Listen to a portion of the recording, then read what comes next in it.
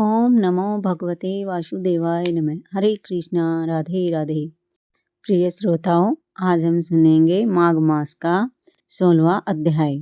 तो प्रेम से बोलिए माघ के ठाकुर की जय हो, लक्ष्मी नारायण की जय हो, विष्णु भगवान की जय हो।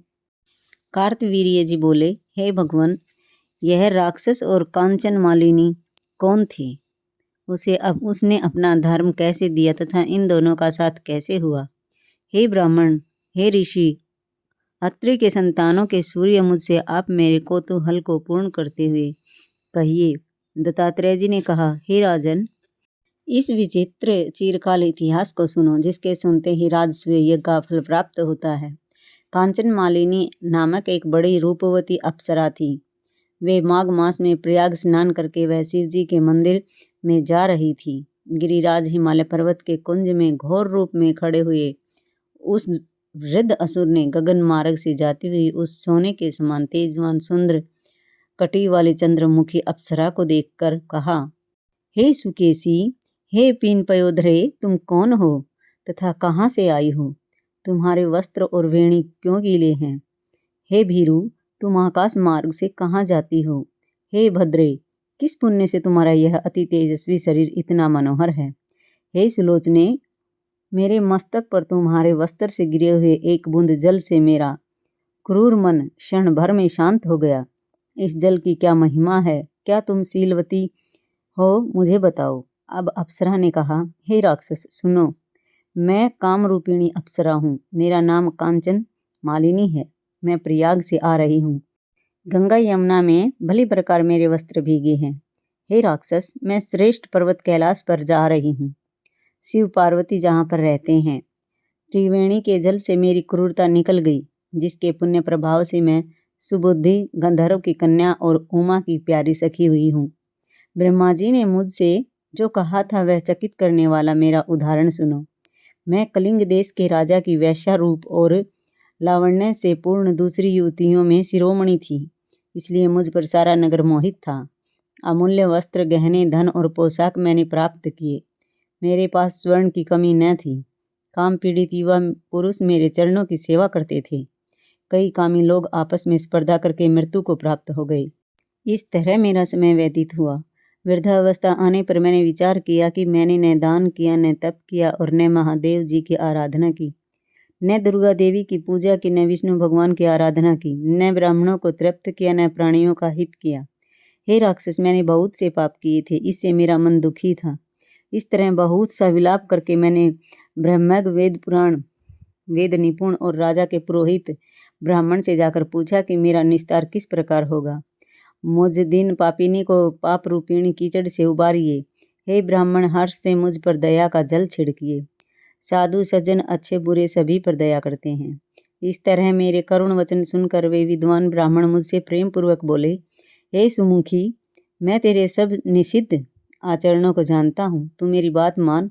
शीघ्र ही प्रजापति के क्षेत्र प्रयाग को जा। वहाँ पर जाकर स्नान कर, उससे तेरे समस्त पाप नष्ट हो जाएंगे। परंतु हे भीरू, तीर्थ में मन से भी अशुभ क्रिया मत करना। प्रयाग में स्नान से पवित्र होकर तू अवश्य स्वर्ग में जाएगी। हे भामिनी, दूसरे देश में किए हुए पाप उसी वक्त प्रयाग में नष्ट होते हैं। हे भीरू, सुन, पुराने समय में गौतम मुनि की स्त्री को देखकर इंद्र काम के वशीभूत हुआ और अपने काम को छिपाते हुए उसके पास गया। इस पाप के फल से तथा वहां जाने से इंद्र का शरीर अत्यंत लज्जापूर्ण और कुरूप हो गया। उसके पति के शाप से इंद्र के शरीर में हजारों भग चिन्ह हो गई। तब मुंह नीचा करके देवराज इंद्र मेरु पर्वत के शिखर पर 100 योजन लंबे स्वच्छ जल में भरे हुए सरोवर पर जाकर स्वर्ण कमल से भरे हुए कोटर में घुस गया। वहां बैठकर अपने को तथा कामदेव को धिक्कारने लगा। काम के पाप से निंदित होकर सब मनुष्य नरक में जाते हैं। आयुष्य, कीर्ति, धर्म, यश और धैर्य को नष्ट करने वाले सदैव दुराचारी कामदेव को धिक्कार है। यह विपत्ति का उचित स्थान है। देह में स्थित दुख से दमन करने योग्य शत्रु, असंतुष्ट तथा सदैव अकल्याण करने वाला पद्म से विलीन हुए स्थान में इंद्र इस तरह कह रहे थे, हे भीरू, इंद्र के बिना देवलोक शोभा नहीं देता। तब देवता, गंधर्व, किन्नर, लोकपाल, इंद्राणी शची के साथ जाकर गुरु बृहस्पति से पूछने लगे, हे भगवान, हम नहीं जानते कि इंद्र कहाँ गए, उनको कहाँ देखें। देवगण युक्त उनके बिना स्वर्ग की सुंदरता नहीं। ऐसा उपाय सोचिए जिससे स्वर्ग लोक पुनः शोभित होवे और स्नात हो जावे। अब देर नहीं करनी चाहिए। इन लोगों का ऐसा वचन सुनकर बृहस्पति जी बोले, अपने अपराध की लज्जा से वह जहाँ स्थित हैं मैं जानता हूँ। इंद्र बिना विचारे कार्य करने का फल भोग रहा है। नीति को छोड़ने से भयंकर फल प्राप्त होता है। अरे राज्य के मद से उन्मत्त कृत्य तथा कृत्य का विचार न करें। भाग्य से नष्ट बुद्धि होकर लोग मूर्खता के काम करते हैं, जिसके अपराध से इस लोक तथा परलोक के पुण्य नष्ट हो जाते हैं। जहाँ पर इंद्र था वहाँ पर सब मनुष्य गुरु बृहस्पति को लेकर चले। उस बड़े सरोवर पर इंद्र को देखकर उनको मुग्ध करने लगे, जिससे ज्ञान होने पर और गुरु बृहस्पति के समझाने पर कमल कलियों से इंद्र निकले। वे मुख कलीन कुरूप थे, उनकी आंखें लज्जा से बंद थीं। इंद्र ने गुरु बृहस्पति के चरण पकड़कर कहा, हे गुरुदेव, इस पाप से मेरा उद्धार होने का उपाय कीजिए। इंद्र के वचन सुनकर बृहस्पति ने कहा, प्रयाग में स्नान करते ही तुम पाप से छूट जाओगे। हे इंद्र, चलो तुमको लेकर हम लोग वहां चलें। तब पुरोहित को साथ लेकर इंद्र वहां गए और प्रयाग तीर्थ में स्नान करके शीघ्र ही पापों से छूट गए। तब बृहस्पति ने मुग्ध होकर उनको वरदान दिया, हे इंद्र, हमारे प्रसाद से शीघ्र पापों से निर्मुक्त होकर तेरे शरीर के 1000 योनि के चिन्ह 1000 नेत्र हो जावें। सचीपति इंद्र गुरु बृहस्पति के वरदान से 1000 नेत्रों से ऐसा सुशोभित हुआ जैसे मानसरोवर कमलों से शोभायमान होता है। तो प्रिय भक्तजनों, 16वां अध्याय यहीं पर समाप्त होता है।